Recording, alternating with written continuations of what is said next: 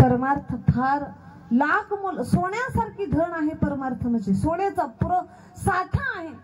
आणि परिसरासारखे परिसरासारखे मार्गदर्शन करणारे साधू संत या जीवनामध्ये आहेत, पण आपण त्यांचं ऐकत नाही. संत सांगतात, राजा तुला विचार करणं फार गरजेचं आहे. का? अभंगाचं दुसरं चरण. नाशिवंत दे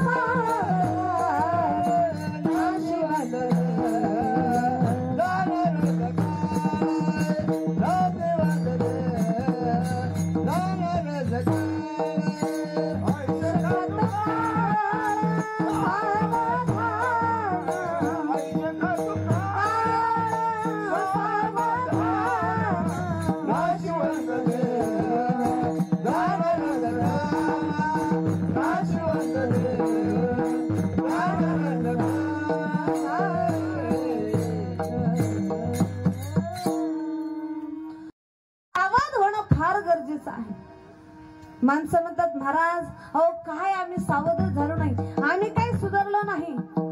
आजा मेला, पंजा मेला, बाप मसना गेला. अरे देखता देखता नातू पण तोही तैसा झाला. आपण सावध व्हायला तयार नाही. अरे मागच्या पिढीने जे केलं तेच आपण जे केलं तेच पुढचे करणार आहेत. म्हणून महत्वाचं आहे, सावध होणं फार गरजेचं आहे. परमार्थ महाधन आहे दादा, या धनाच्या वाट्यामध्ये सावध होणं फार गरजेचं आहे. मला महिला मंडळ तुम्ही सांगा, ऐका, अन्न कशा करता आहे? बनवलेलं अन्न, शिजवलेलं अन्न खाण्याकरिता आहे का फ्रीज मध्ये ठेवण्याकरिता? बोला बोला बोला. खाण्याकरिता. केलेले दागिने अंगावरती घालण्याकरिता का तिजोरीत ठेवण्याकरिता? अंगावरती घालण्याकरिता. जसं शिजवलेलं अन्न खाण्याकरिता आहे, केलेला दागिना परिधान करण्याकरिता आहे, तसा हा नरदेह भगवंताचं चिंतन करण्याकरिता आहे. जर ह्या गाडी बिघडली असेल तर ही गाडी सुधारवण्याकरिता या गॅरेज मध्ये या.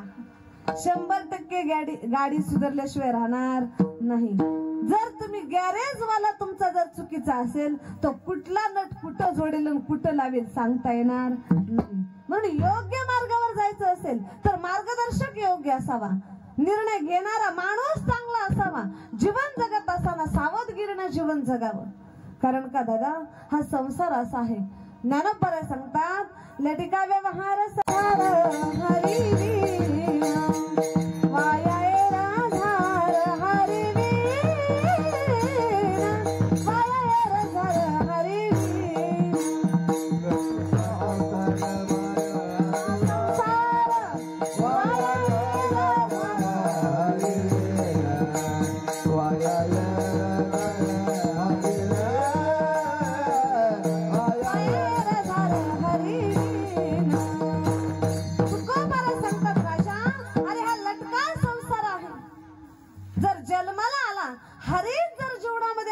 झाला तर वाया येर झार हरवीण. अरे हरवीण जन्म नरकाची पै जाण, यमाचा पाहुणा नरकाला जाशील. जर हरीचं चिंतन नाही केलं, माहीतच नसेल तर नरकाची पै जाण, यमाचा पाहुणा प्राणी होईल. हा म्हणून तुकोबाराय सांगतात, राजा सावध व्हा. हा नशवंत देह आहे, एक ना एक दिवस जाणार आहे दादा. किती जरी आपण ठरवलं का आजचा देह उद्या जाईल, महाराज तुम्ही किती जरी पैसा दिला तरी life is not once more. सगळं पुन्हा पुन्हा भेटेल, गेलेली सत्ता पुन्हा भेटेल, गेलेला पैसा पुन्हा भेटेल, गेलेलं पद पुन्हा भेटेल, पण हे जीवन पुन्हा भेटणार नाही. म्हणून जीवन जोपर्यंत माणूस जिवंत आहे तोपर्यंत आनंदी जीवन जगा. आनंद या जीवनाचा सुगंधा करी दरवळा,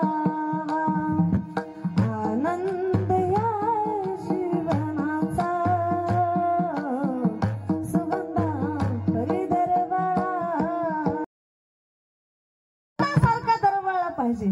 अरे आपण जिवंत आहोत. माणसानं जोपर्यंत जिवंत आहे तोपर्यंत नाही नाव घेतलं तरी चालेल, पण मेल्यानंतर आपल्याकरिता 4 माणसं तरी रडावीत असं जीवन जगावं.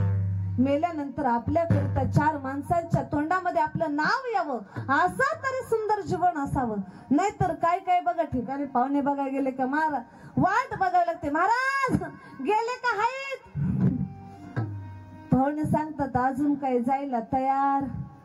कोण म्हणतो उठून बसवा म्हणजे पटकीने जीव.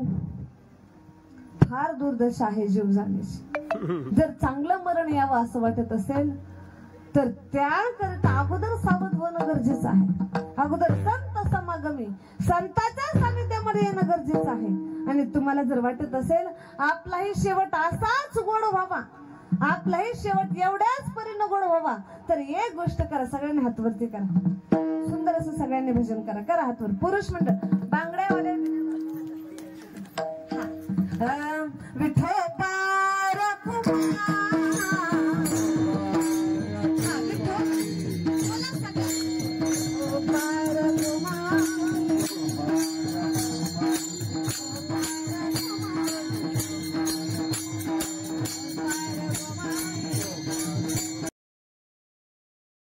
मला आम्ही का उक्त घेतले का?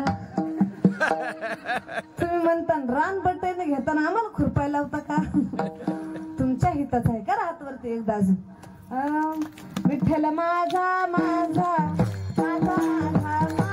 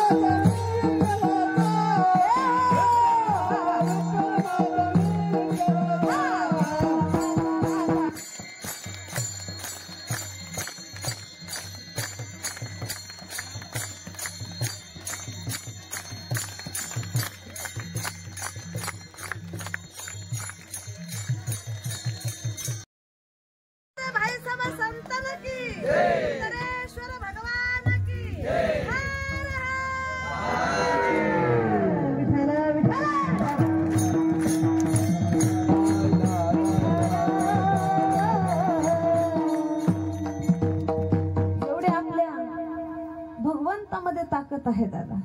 नाव जरी घेतलं तरी सुद्धा लाईटीला आज्ञा करावी. आता तुम्ही म्हणता इथे इन्व्हर्टर आहे, ट्रॅक्टर आहे की नाही, इथला भाग वेगळा, पण त्याच्या नामस्मरणामध्ये एवढी ताकद आहे दादा. मेले माणूस जिथं उठवी, मेलेल्या माणसाला जिवंत करण्याची ताकद नामस्मरणामध्ये आहे. अरे आंधळ्याला डोळा दृष्टी देण्याची ताकद त्या नामस्मरणामध्ये आहे. पांगळ्याला चालायला लावण्याची ताकद नामस्मरणामध्ये आहे. एवढंच नव्हे तर वेड्याला शहाणा करण्याची ताकद त्या नामस्मरणामध्ये आहे. फक्त तेवढं साधनेनं, तेवढं विश्वासानं त्याच्यावरती चिंतन केलं पाहिजे, साधना केली पाहिजे, विश्वास ठेवला पाहिजे. जर विश्वास नसेल दादा तर तुम्ही त्या तीरापर्यंत जाऊ शकत नाही. संत महात्मे बोंबलू बोंबलू सांगतात का राजा, आजपर्यंत केम कर तुम्ही कमीत कमी 2-4 हजार तरी महाराज वाट लावले, पण कीर्तन ऐकून काय कुणी सुधारले आणि तमाशा ऐकून काय कुणी बिघडले? काय माणसं कीर्तन ऐकून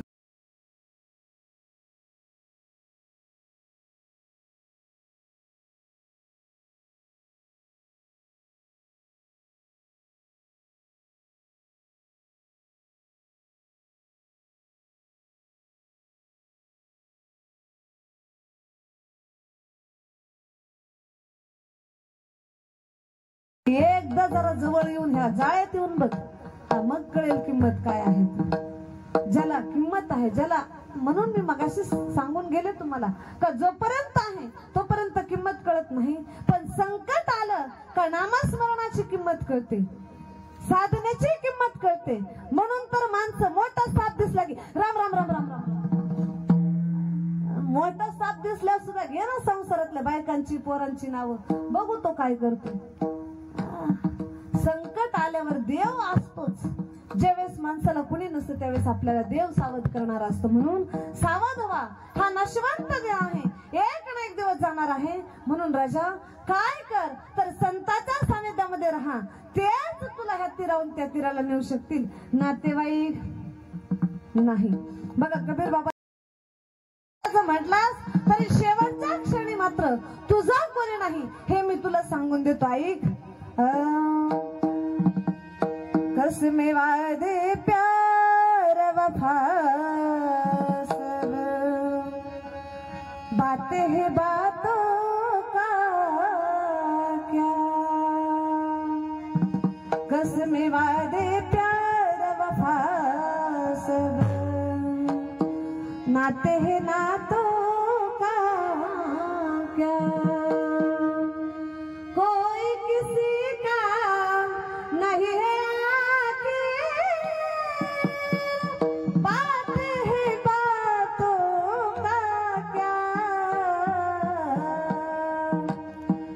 कसमे वादे प्यार वफा सब नाते हैं नातों का क्या, तेरा बना तेरा होकर तुझे काज लगाएगा, तेरा बना तेरा तुझे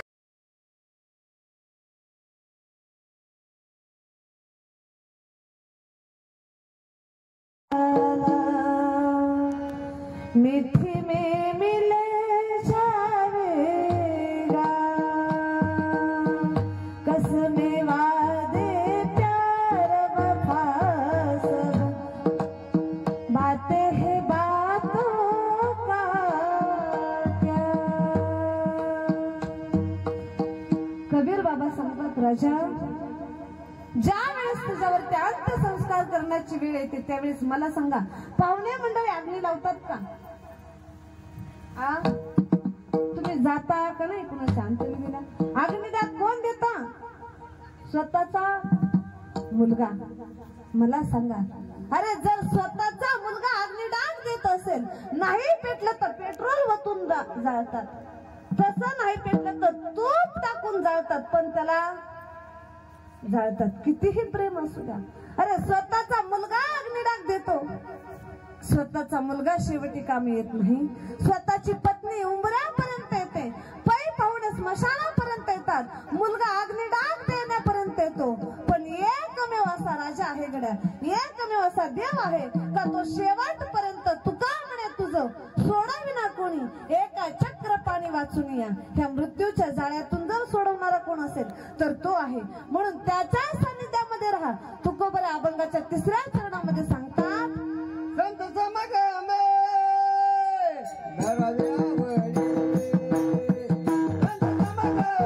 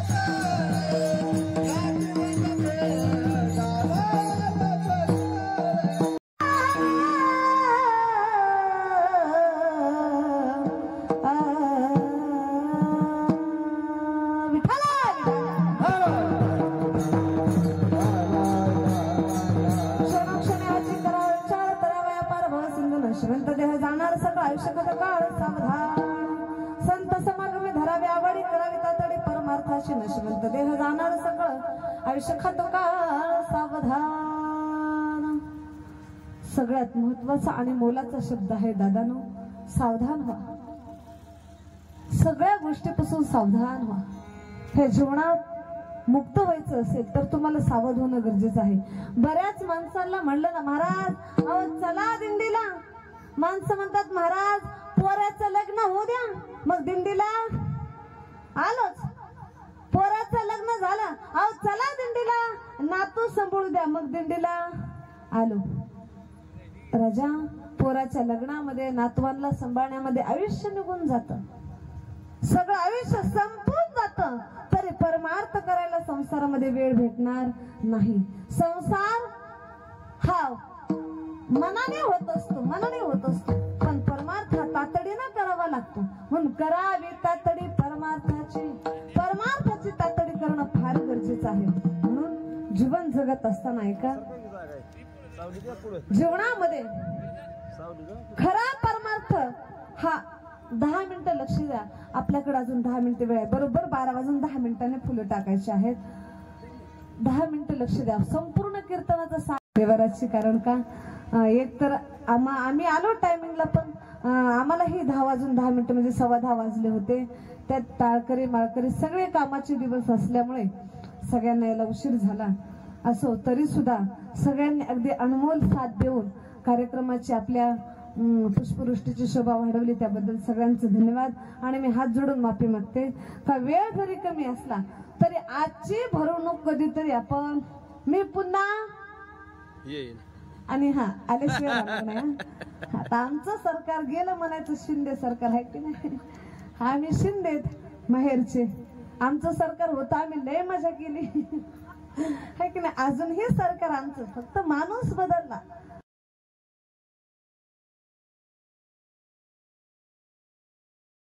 तुम्ही आणि या 10 मिनिटांमध्ये फार मोलाचा संदेश आहे तो तुम्ही घेऊन सोबत जा. ऊन लागत असेल तर पुढे सरकून बसा. चक्कर आली का उद्या माणसं म्हणतात महाराज बेदरे महाराजाच्या कीर्तनाला गेलो, काय सांगा फ्रॅक्चर होऊन आलो आहे की नाही. म्हणून पुढे सरकून बसा. उन्हाला बसू नका, सावलीमध्ये बसा. भरपूर जागा आहे हो. तळेकर परिवारानं मोलाचा मंडप घातलेला आहे. सर का पुढं विठ्ठला विठ्ठला.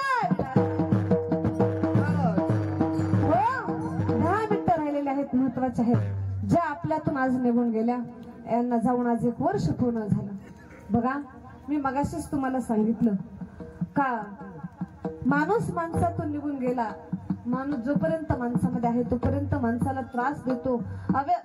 जसं जसं वाणीमध्ये येईल तसं अपशब्द माणूस माणसाला बोलतो, पण माणूस गेल्यानंतर त्या माणसाची किंमत कळते. ऐका, माणूसच काय, अरे एखादं जनावर जरी आपण पाळलं, आमच्या परमेश्वर महाराज मनापासून प्रेम केलं आणि ते जनावर जर आपल्यापासून दूर गेलं ना दादा, तर त्या जनावराची सुद्धा कमी भासते.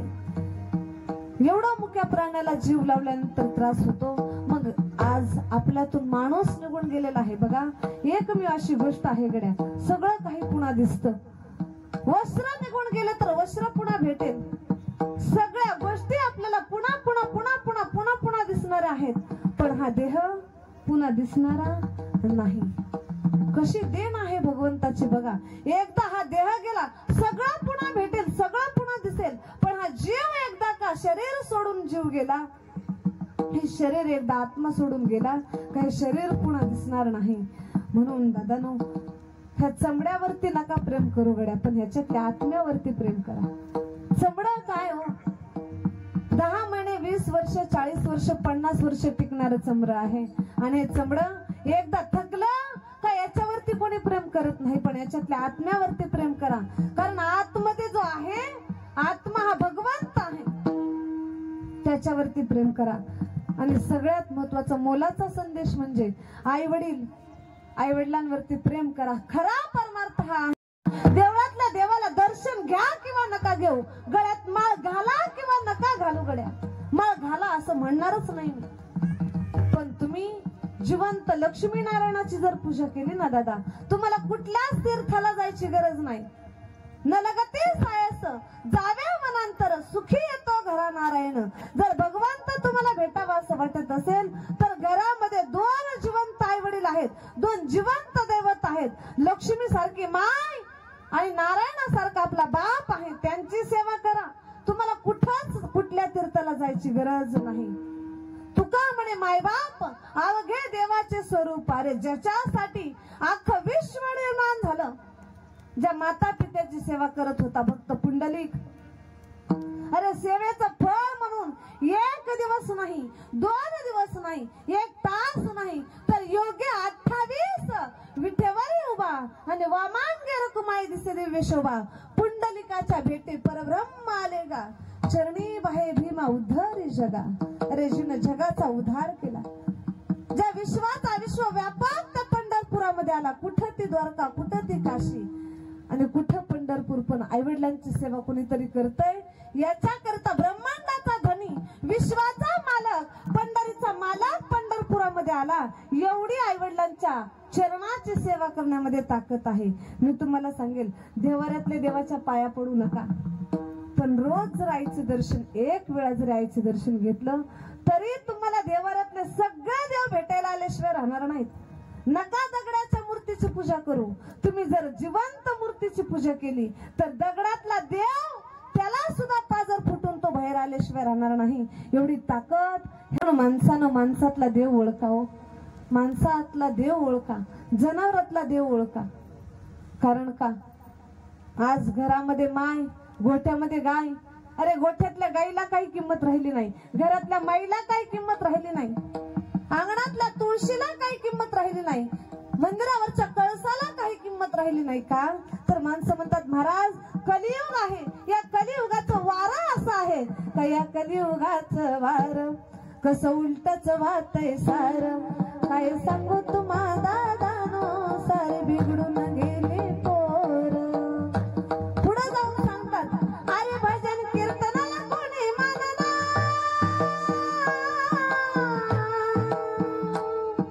भजन कीर्तनाला कोणी मानना, नाटक तमाशाला गर्दी पुढं.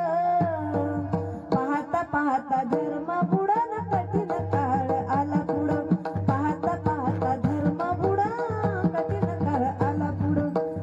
धर्माचं पालन होत नाही हो, धर्म बुडत चालला. धर्म माणसाला कळायला तयार नाही, शास्त्र माणसाला कळायला तयार नाही, शास्त्र माणसाला मान्यच करायला तयार नाही. का माणसं शास्त्र मान्य करत नाहीत? आम्ही ओरडू ओरडू मेलो. अहो धर्म, आपला धर्म जे आहे त्याचं तरी रक्षण करा. आपला धर्म आहे स्त्रीचं रक्षण करणं, आपला धर्म आहे गायीचं रक्षण करणं, आपला धर्म आहे काळ्या माईची सेवा करणं, आपला धर्म आहे भ्रष्टाचाराचा रुपयाही खाऊ नये. बघा, आपल्या खिशामध्ये पैशांचा खळखळाट असावा, पण त्या मागं कुणाच्या रुपयाचाही तळतळत नसावा. घामाचं, कष्टाचं जर तुम्ही खाल्लं ना दादा, कष्टाचं खाल्लं, कितीही खाओ, 4 पिढ्या तुमच्या श्रीमंत होतील. पण कुणाच्या जर रुपयाचा, हरामचा जर रुपया असेल ना दादा, तर तुमच्या 4 पिढ्या नरकात गेल्याशिवाय राहणार नाही. अर्धीच खावी पण कष्टाची खावी, प्रामाणिक असावी. इमानदारीचा पैसा तुम्हाला स्वच्छ रस्त्याने चालायला शिकवेल, पण भ्रष्टाचाराचा पैसा मात्र चांगल्या रस्त्यावरून तुम्हाला नरकात टाकल्याशिवाय राहणार नाही, काटाड्यात घातल्याशिवाय राहणार नाही. म्हणून माणसानं नेहमी इमानदारीचं, कष्टाचं, प्रामाणिकपणाचं खावं, चांगल्या माणसाच्या संगतीत राहावं, चांगल्या माणसामध्ये वागावं. चांगली माणसं तुम्हाला कधीच खड्ड्यात जाऊ देणार नाहीत आणि वाईट माणसं तुम्हाला कधीच खड्ड्यात घातल्याशिवाय राहणार नाहीत. म्हणून माणसानं जीवन चांगलं जगावं, आई वडिलांची सेवा करावी. दादाच्या आईनं जन्म दिला, लहानाचं मोठं केलं. वेळ आहे ना, 5 मिनिटं. म्हणून सनी ज्या आईनं लहान केलेलं विश्व बघू शकलो. बघा, एक म्हणजे 2 जणांचे आपल्यावर अनंत उपकार आहेत. एक म्हणजे देवाचे, दुसरं म्हणजे संतांचे, तिसरं म्हणजे आई वडिलांचे आपल्यावरती उपकार आहेत. कारण का, ज्या देवानं विश्व निर्माण केलं त्यानं आपल्यासारखा रत्न पदरामध्ये आईच्या टाकला, आणि ज्या आईच्या उदरामध्ये टाकलं तिच्यासारखा रत्न, त्या मातेसारखी पवित्र माय आपल्या जीवनामध्ये आली. बघा, माणसं म्हणतात महाराज अहो आता आमच्या आई वडिलांना काही किंमत राहिली नाही, ते म्हातारे झाले. पण दादा, आई वडील कितीही म्हातारे होऊ द्या, तुमच्यावरती प्रेम करणारं जर कोण असेल तर आईच आहे. बघा, तुम्ही जर बाहेरून फिरून फिरून आलात तर कितीही फिरा तुम्ही, जगाच्या पाठीवरती निस्वार्थ प्रेम करणारं दुसरं कोणी भेटणार नाही. अरे जिना, जोपर्यंत ऐका गड्या, तुम्हाला समोर पाहून प्रेम करणारी प्रेयसी असते, तुमच्या पैशावर प्रेम करणारी पत्नी असते राजा. ऐका, सौंदर्यावर प्रेम करणारी प्रेयसी असते, तुमच्या पैशावर प्रेम करणारी पत्नी असते. पण ना बघता सुद्धा 9 महिने 9 दिवस जी गर्भातल्या लेकरावरती प्रेम करते ना, ती आई असते. का समजत नाही माणसाला? आई सांगा ना दादा, आई एवढी निष्ठुर आहे का? आई एवढी निष्ठुर आहे का? का माणसाला जिवंत आईची किंमत कळत नाही? अरे राजा, आपल्याला जर माय कळाली असती, ऐका गड्या, आपल्याला जर आई वडिलांची किंमत कळाली असती तर महाराष्ट्र राज्यामध्ये 12 देशामध्ये सगळ्यात जास्त वृद्धाश्रमाची संख्या आहे. का वृद्धाश्रम आहेत सांगा ना? एवढे आई वडील निष्ठुर आहेत का? एवढं त्यांनी पाप केलं का? अरे अनेक वृद्धाश्रमाची किंमत, खेड्या गावांसारख्या ठिकाणी वृद्धाश्रम व्हावीत एवढे आपले आई वडील निष्ठुर नाहीत. कारण का? ऐका, बघा तुम्ही ऐकून असाल, पांडे गावाचं एक गाव आहे, पांडे नावाचं एक गाव आहे, रस्त्याच्या कडेला पांडे नावाचं गाव आहे. त्या पांडे नावाच्या गावामध्ये एक वृद्धाश्रम, एका शिक्षकानं वृद्धाश्रम काढलं. आणि एक दिवस सहज चालता चालता आम्ही त्या वृद्धाश्रमाला भेट देण्याकरिता गेलो. मला फार सवय आहे, जिथं म्हाताऱ्या माणसांची हेळसांड केली जाते ना, त्या ठिकाणी मला जाऊन असं त्यांना आदरानं प्रेमानं बोलावंसं वाटतं. कारण का? ऐका, म्हाताऱ्या माणसाला जर 2 शब्द तुम्ही प्रेमाने बोललात ना, तर तो माणूस तुम्हाला आशीर्वाद दिल्याशिवाय राहणार नाही. आणि एखाद्या तरुणाला जर वेगळं तुम्ही बोललात तर तो तळतळाट देऊन गेल्याशिवाय राहणार नाही. म्हणून प्रेमानं बोला, प्रेमानं जग जिंकता येतं. त्या माईला विचारलं, म्हणे आई का हो, काय झालं तुम्हाला? त्या आई म्हणल्या, महाराज 6 महिने झालं मुलाचं पत्र आलंय. अहो 6 महिने झालं मुलाचं पत्र. त्या पत्रावरती लिहिलेलं आहे, आई मी उद्या 100% तुला भेटण्याकरिता येणार आहे. उद्या उद्या म्हणून महाराज 6 महिने निघून गेले. सांगा ना, काय आम्ही पाप केलं का आम्हाला मुलांचं प्रेम भेटलं नाही? राजा, जीवनामध्ये सगळं विसरा गड्या, पण 2 दिवसाच्या पत्नीकरिता आयुष्यभर जन्म दिलेली माय विसरू नका. तुम्हाला मी म्हणणार नाही पत्नीवर प्रेम करू नका, तिला तिच्या जागेवरती ठेवा. पत्नीला पत्नीची जागा, बहिणीला बहिणीची जागा आणि आईला आईची जागा द्या. जीवनामध्ये तुम्ही कधीच अपयशी ठरणार नाही, जीवनामध्ये तुम्हाला कधीच अपयश येणार नाही. म्हणून ज्याला त्याला ज्याच्या त्याच्या जागेवरती ठेवा. कारण का, जोपर्यंत माहेरामध्ये माय आहे ना, तोपर्यंत माहेराला किंमत आहे. कितीही तुम्ही वयस्कर व्हा, कितीही वृद्ध व्हा, घरामध्ये जर आपल्या वृद्ध आई असेल ना गड्या, तर सहज 60-70 वर्षाच्या आई घरामध्ये असेल आणि 40-50 वर्षाची जर लेक त्या माहेरामध्ये आली ना, गरीब घराण्यामध्ये जर लेक दिली ना, तर ती आई सांगते, राजा साबणाची वडी द्यायची गोष्ट नसते, पण आई साबणाची वडी देईल, ज्वारीचं पीठ देईल, तांदूळशाची भाजी देईल, काहीही गोष्टी आई पिशवीमध्ये भरून देईल. ऐका, त्या गावाला माहेर म्हणायचं. तुम्ही कुठल्याही तीर्थाच्या ठिकाणी जा, तुम्हाला एवढा आनंद कुठे भेटणार नाही. ऐका, ज्या ठिकाणी तुम्ही तीर्थाच्या ठिकाणी जाल, तुम्हाला दगडातला देव बघायला भेटेल, पण महाराष्ट्राच्या पाठीवरती एकमेव असं तीर्थ आहे गड्या, ज्याचं नाव माहेर आहे. त्या तीर्थामध्ये जिवंत लक्ष्मीनारायण आपल्या घरामध्ये आहे. म्हणून सगळ्यात मोठं तीर्थ कुठलं असेल तर आपलं माहेर आहे, ज्याचं नावच आहे माहेर. जिथून आपल्याला काही ना काही आहेर दिला जातो, त्याचं नाव माहेर आहे. म्हणून माहेराला किंमत ही तोपर्यंत आहे जोपर्यंत माहेरामध्ये आई वडील आहेत. एकदा का आई निघून गेली का ते माहेर ओसड पडल्यासारखं वाटतं. तुम्ही म्हणाल, महाराज का हो असं कसं बोलता तुम्ही? माय गेल्यानंतर बाप आहेच ना राजा, बाप तर आहेच हो, पण मायेच्या पदराखाली झाकून घेणारी माय, अरे समुद्र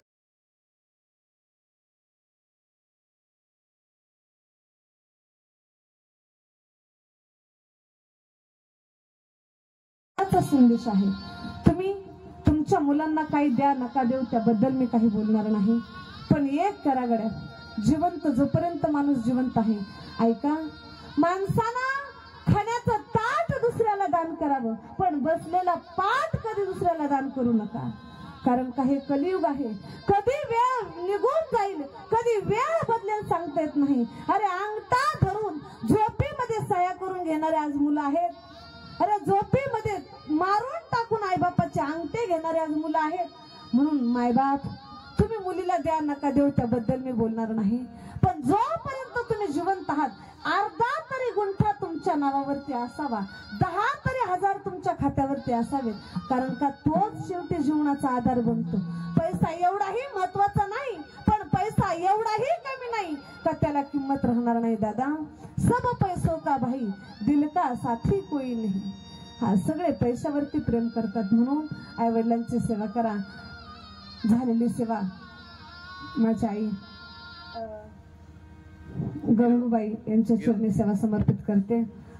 आणि ह्या परिवारावरती आलेलं दुःख होऊन एक आज वर्ष झालं, आणि या वर्षामध्ये अनेक दुःख अनेक संकट त्यांना आली असतील, पण इथून पुढच्या वर्षामध्ये, इथून पुढच्या नवीन वर्षामध्ये सगळं काही त्यांच्या घरामध्ये भरभराटी येऊ, सुख समृद्धी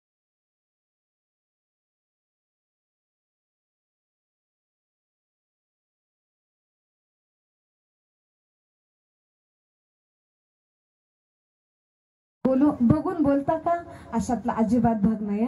मला सवय आहे बघा, मी प्रत्येक कीर्तनामध्ये सांगत असते, अरे आपल्या भारत देशाची संस्कृतीची शान आहे. जसा तरुण पिढी आपल्या भारताची श्रीमंती आहे. तरुण पिढी जर योग्य मार्गावर असेल तर हा भारत देश समृद्ध होईल, तर हा भारत देश सुशिक्षित होईल.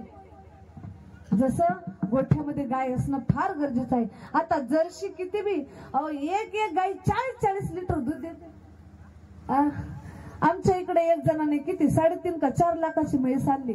किती लिटर दूध देते? 15 लिटर दूध म्हैस. एवढे काय कसलेही जनावर आली हो, कसलीही जनावर आली, पण एकमेव असं जनावर आहे गावरान गाय. जर घरामध्ये डास झाले तर तुम्ही गौरान गायची गौरी जाळून बघा, 100% घरातले डास कमी झाल्याशिवाय राहणार नाही. तुमच्याकडे जर वेदना होत असतील, तुम्हाला जर कमरेचा मानेचा पाठीचा त्रास होत असेल तर थोडीशी जागा सारवा, आणि सारवलेल्या जागेवरती थोडस अंग टाकून झोपून बघा. फरशीपेक्षा 100% निवांत झोपायल्याशिवाय राहणार. तुम्ही म्हणता महाराज तुमच्या घरात आहे का सारवण? आमच्या घरात आता अंगणापर्यंत फरशा झाल्या आहे की नाही? हा, जमाना बदलला. मी मगाशी सांगितलं, जमाना बदलला. जसा काळ जसा देश असेल तसा माणसाला वेश घ्यावा लागतो. म्हणून गायीची सेवा करा. गायीच आपलं महाराष्ट्राचं दैवत आहे, आणि गायीसारखं पवित्र दुसरी जागा कुठली नाही. बघा मला बाबांनी आले सांगितलं, म्हणे महाराज मी टोपी घातली ना, टोपी, ह्या टोपीवरून माझी खून कळते का? बरीच माणसं म्हणतात ह्यांना काय कळते, शेण डोक्याला लावतील, शेणाच्या टोप्या घालतील. बरेच निंदकाचे घर असावे शेजारी. बरेच निंदा करणारे लोक, आज गायीला न मानणारे लोक बरेच आहेत. पण महाराज तुम्ही फक्त 2 मिनिटं ही टोपी घालून बघा, आणि हिचा अनुभव मला अर्ध्या तासाने सांगा. मी 1 तास झालं टोपी घालून, त्यांची टोपी घालून बघितली का डोक्यामध्ये एवढे विचार होते का आपली अवस्था जरा थोडीशी किचकट आहे. कीर्तन कसं करायचं? 1 तर 11 वाजले, त्यात आजींची फार घाई.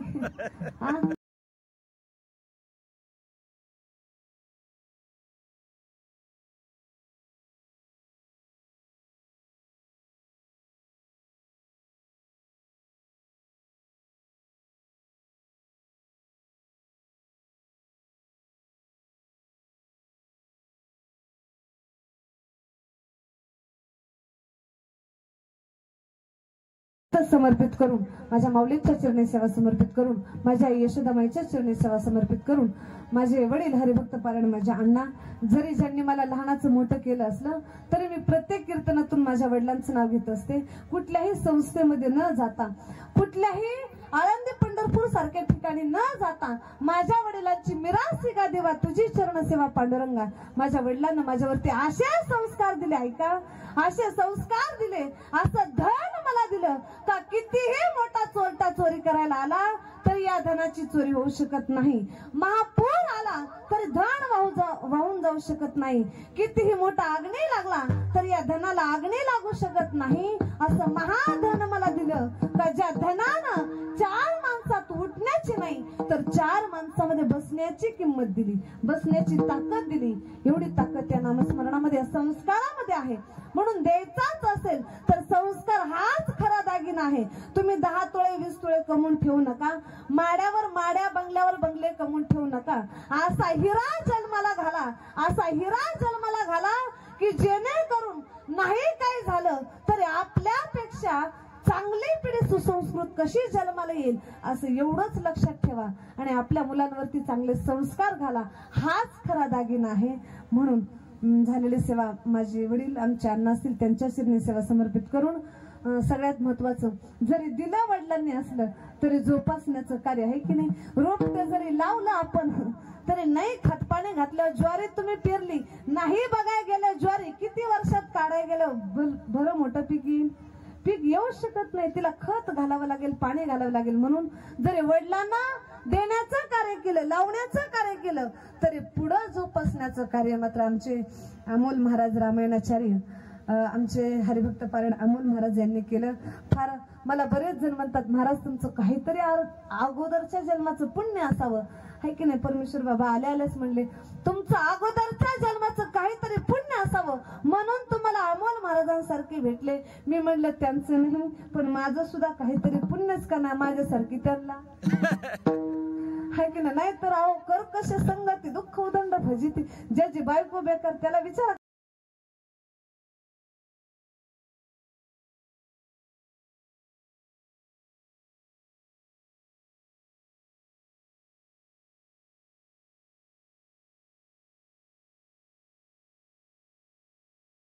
सेवा माझ्या हृदयस्थ सगळे श्रीपाद रामदास बाबा असतील, तुम्हा सगळे साधू संत मंडळी असतील, सगळ्यांची चिरणी सेवा समर्पित करून आमचे सिस्टमवाले भाऊ असतील. आता शेवटची चाल तुका म्हणे हे लौकीच्या व्यवहारे नका डोळे दुरे भरून राहू. आता वेळ आपल्याकडे फार कमी राहिलेला आहे म्हणून जाता जाता सांगेल गड्या सगळ्यांची आईची सेवा करा, गायीची सेवा करा, देशाची सेवा करा आणि सगळ्यात महत्वाचं समाजाची सेवा करा. जो समाज कार्य करतो जग त्याला कधीच पडू देत नाही. जो समाजाचं चांगलं कार्य करतो जग त्याला कधी पडू देत नाही. म्हणून चांगलं कार्य करत चला. आपण नेहमी उभा राहू, नेहमी उच्च पातळीला राहू. अरे एक मंत्री जर 20-20 वर्ष पुन्हा निवडून येत असेल तर निश्चित समजून चला का त्याचं कार्य योग्य आहे.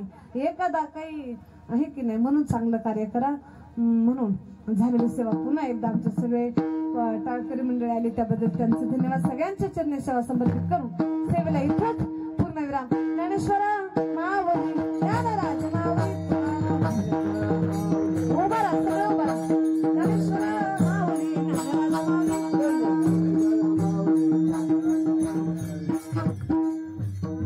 आम्ही जातो तुम्ही कृपा सुरू द्या.